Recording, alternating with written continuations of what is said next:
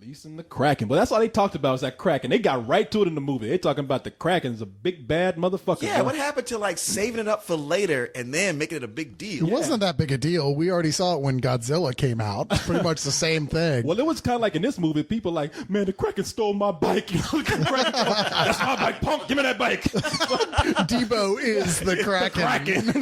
Well, and the whole thing is saved up for Liam Neeson to do that look over his shoulder and release the Kraken. It's like, how many takes did he do? No. I can do that better. Release the The Kraken. Oh man, that's not good. Okay.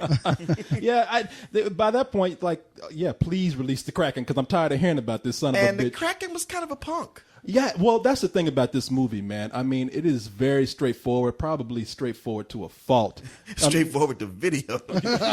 Should be at this point. I mean, because nothing really works in this movie. Not even the special effects, as Carlisle was talking about before, is kind of hindered by them using unnecessary 3D. So yeah, they added 3D in post-production because they're like, wow, everybody's loving this 3D in Avatar. Let's see if we can make our date and do the whole thing in 3D. And oh man, is it terrible? I mean, there's people's hair floating behind their heads. There's whole shots where it looks weird. And then on top of that, they did the film a real disservice because they've got beautiful cinematography. They've got wonderful art direction. The whole film is one of the best looking Greek movies of all time. And they're like, you know what? Let's make the background blurry and bring these rocks up front because that'll look cool in 3D. Oh, and you know what? It's funny that you mentioned that. There was a scene when Hades comes into the shot, and you do see the back of his hair. Yeah, it's as like if there's a thing. person standing behind him with the same hair. It is so the first fucking weird. 3D film that I was actively irritated by the fact it was in 3D the whole time. It's like, will you please cut that shit out and just show us the goddamn movie? Those glasses made it darker, so it was like watching a movie with sunglasses. That's exactly what it was and like. you could lift them up. There's a lot of scenes when characters are talking, you lift them up. It's like, oh,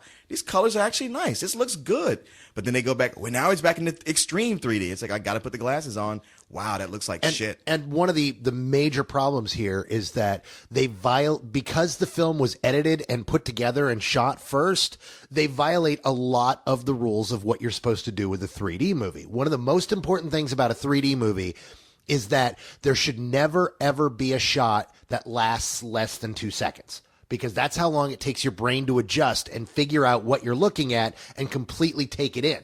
After that, then you can cut it and it's fine. But this has that quick cut kind of action that you get lost in the action. You think the Bourne movies are confusing? Wait till you watch the fucking Scorpion fight. Of course, if that was the only problem this movie had, I'd be able to forgive it and go, you know what? I look forward to seeing this on video. But unfortunately, it's kind of like watching it, even like that. It's going to be like watching a really nice effects reel. There's nothing else there. You're like, wow, there's some nice effects, but it's hollow inside, which is exactly what this is. Because I thought a lot of the special effects were pretty bad. Well, like the Scorpions were terrible. They weren't much better than the Ray Harryhausen effects. And there's a part of me that wondered, like, well, are they making them like bad on purpose to remind us of what the old film looked like? I mean, I agree that it was give and take, but I like the Scorpions myself. Well, I thought what they did with it was good, like the actual coordination of the action. Yeah. But the rendering of the Scorpions I thought looked terrible. I actually like the special effects a lot. I love the creature design in this. I love the way everything looks. But I think Cyrus hit the nail on the head when he said hollow.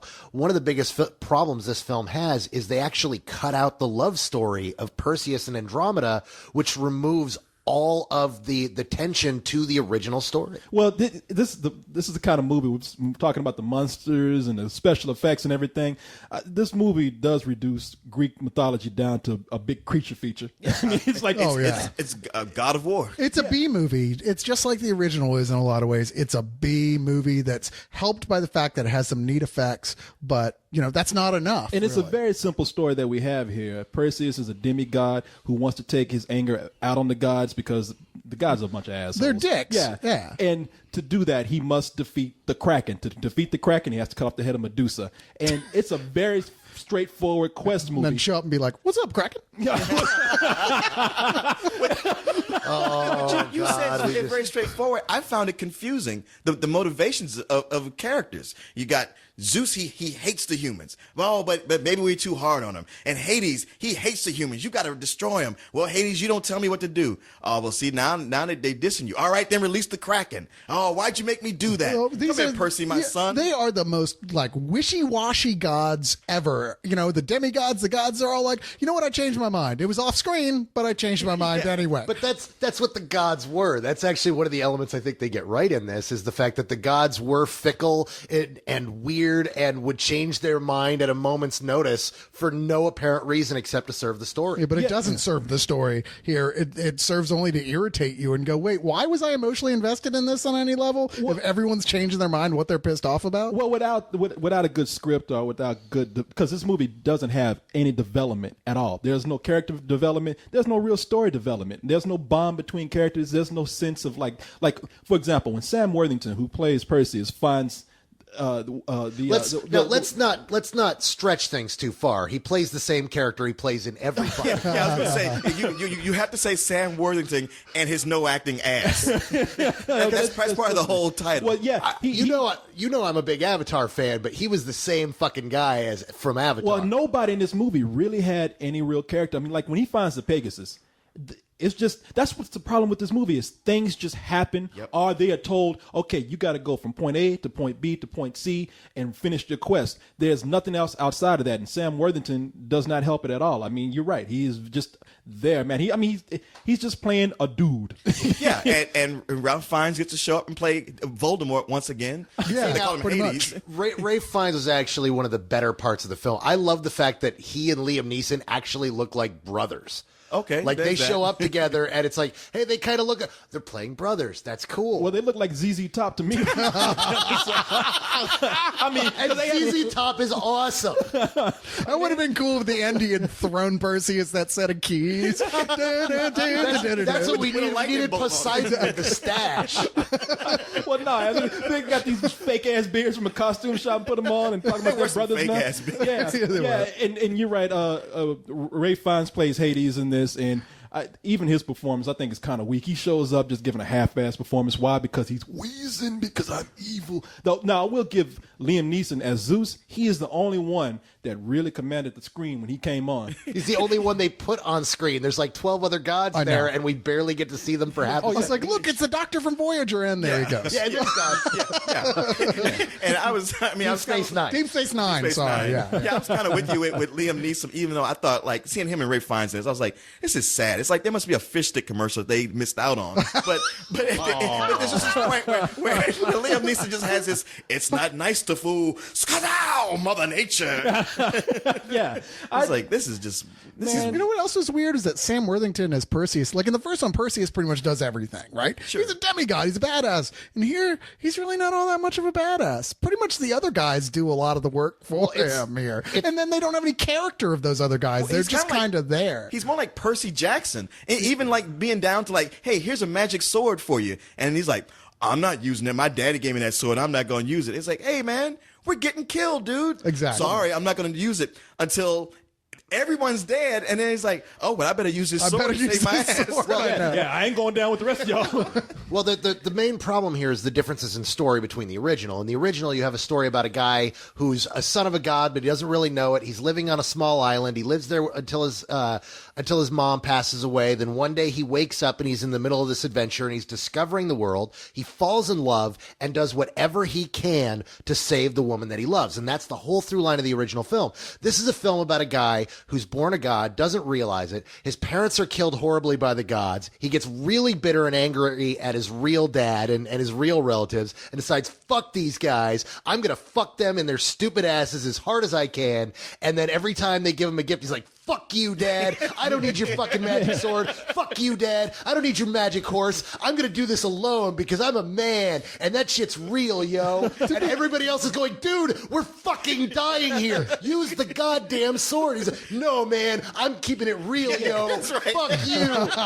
Yeah, no, I mean, you're right. it would have been made. Keeping it real. You know, it's like it's frustrating though because like initially you're like, man, I'm totally with them. The gods are dicks. It would be nice to see them get called on their shit, and then the movie changes its pace entirely and starts doing shit like that. Oh, and now the gods are giving you a bunch of weapons and stuff. Why? Why are the gods giving you weapons like that? It doesn't make any sense. Who am I supposed to root for here? Oh yeah, I mean, and I will say they made a good job at making the gods look like dicks. I mean, fucking Zeus is a date rapist. He is an asshole. Well, he kind of he's is an the OG, original. yeah. He's the OG rapist. Yo, yeah, no, he got magical roofies when he came in. And the whole like excuse of everything. Well, oh my God, what are you going to do? It's like, Yeah. man, I do want to see this guy standing up in the stand like OJ. You know, come on. I don't know. I love that Corey Coleman moment he has in the film where the king busts in and the woman looks up and realizes it's not her husband and he gives that kind of pimp look to the screen and then flies out the window. Let me write that down. That's what I've been missing. Wings. I have to remember that for next time. The ability to, are you kidding? The ability to turn into a bird and fly out the window when the husband shows up? Yeah, that's exactly what the fuck I got you a need. story for you, Corey. It's called Icarus. Look into it before you go too deep on this plan. Let me tell you this. Red Bull ain't working so far. It does not give you wings. I believe I tried. Don't get your suit from the Acme Corporation. But the thing is, all this about this movie, it makes it sound exciting, and I found it extremely boring. So I tedious. like a great action sequence early on, and then a whole lot of nothing, and a lot of side characters that look like they could have turned into something memorable, and yet never quite did. They get killed off before they can. Well, that's the thing. What they try to do with character here is pretty much all humor. Once in a while, the soldiers, they'll get a smart one off and you'll laugh, or they'll do something that's pretty funny. But, you know, a little funny action every now and then does not make a lot of good character. Really? I didn't even get that. The only thing I laughed at all was when they did the Bubo reference. And that's what I was it. going to say. Yeah, that was my favorite part of the movie. Yeah, everybody hates Bubo from the original Clash of the Titans. Except me. The little mechanical owl, love and Bubo. yeah. Well, in this one, they make a joke about Perseus brings it up, and he's like, "What's this?" And it's a Bubo, a mechanical owl, and one of the guys says, "Leave it." Yeah, what's funny is I just rewatched the original Clash of the Titans, and Bubo was the Jar Jar Binks of his time. I thought he I'm saw sorry. R2D2. He's the R2D2. I'm gonna say he was irritating and unnecessary. Yeah. just gonna say that. So he could be. No, he is. He's cool clearly for looking. the kids. Yeah. It's one of those things where you watch it and you're like, "Wow, this is so to keep the kids interested." And it's so like, we need an R2D2 character. Let's make a mechanical owl because that was something that we can draw from myth. Yeah. I was hearing, I don't know how true it is, the legend is that because the studio forced Ray Harryhausen to put Bubo in the movie, that was what made him just quit Hollywood. He's like, I'm done with this. And that was his last, major production that he was totally in charge of. Was Clash of the Titans. Technology made him quit. Well, there was that too. Don't blame it on an owl. Well, the fact he couldn't turn his computer on. I know. Right. how do you do I this keep hitting again? this button and nothing's happening. It's like- I'm done with it. He keeps trying to do it by stop motion. Speaking into his mouse like Scotty in Star Trek 4. Hello, computer. Well, what would y'all give it? Oh, are we there already? Yeah, I mean, we usually start these things. Well, okay, what would you know- you give it, Corey? 'Cause Man. I don't want to go too far off from what the man says. Well, you know what? I was talking to a friend of ours that we all know, Rick, who said, "You know something?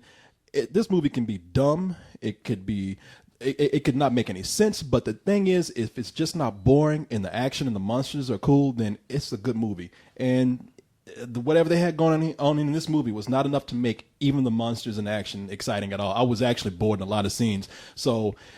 And I would say rent this. This is the rental because not only that, you guys mentioned how dark it was to see this in 3D. No, there's not really any need to see it on the big screen, and it is so dark watching it with the 3D that watching it on Blu-ray is probably a better experience than having to go to a theater.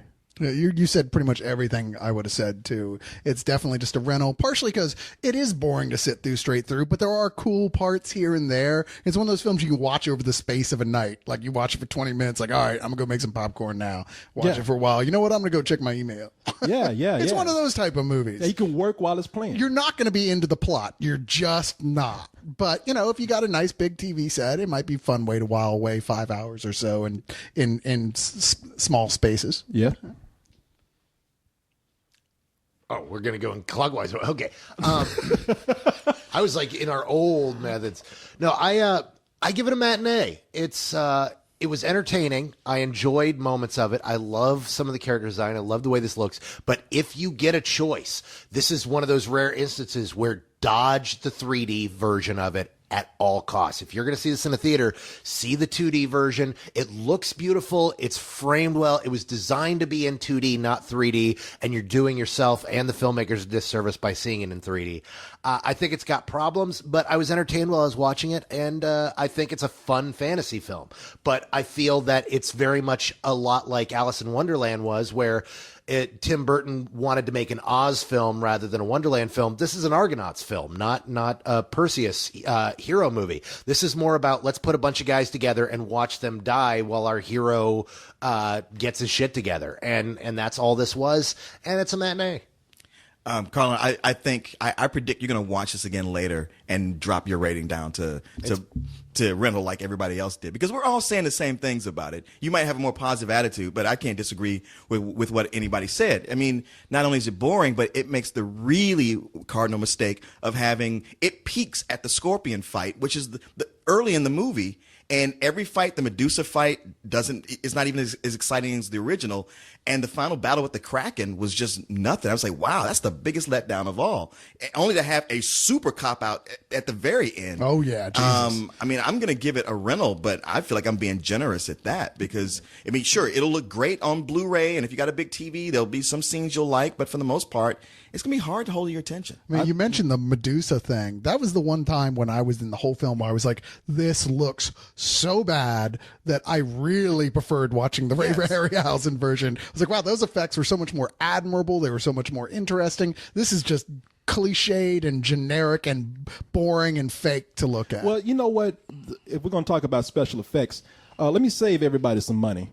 That Kraken scene they keep building up, you pretty much see it in the trailer. Yes. Yeah, you saw the whole thing. Yeah. No, not the whole thing, but there's Pretty much. Well, you miss some legs, some tentacles. That's Well, no, about it. there's they don't show anything with Andromeda in that scene. They show the Kraken coming up out of the water, but they don't show him actually terrorizing Argos, and that's where the best stuff of him is.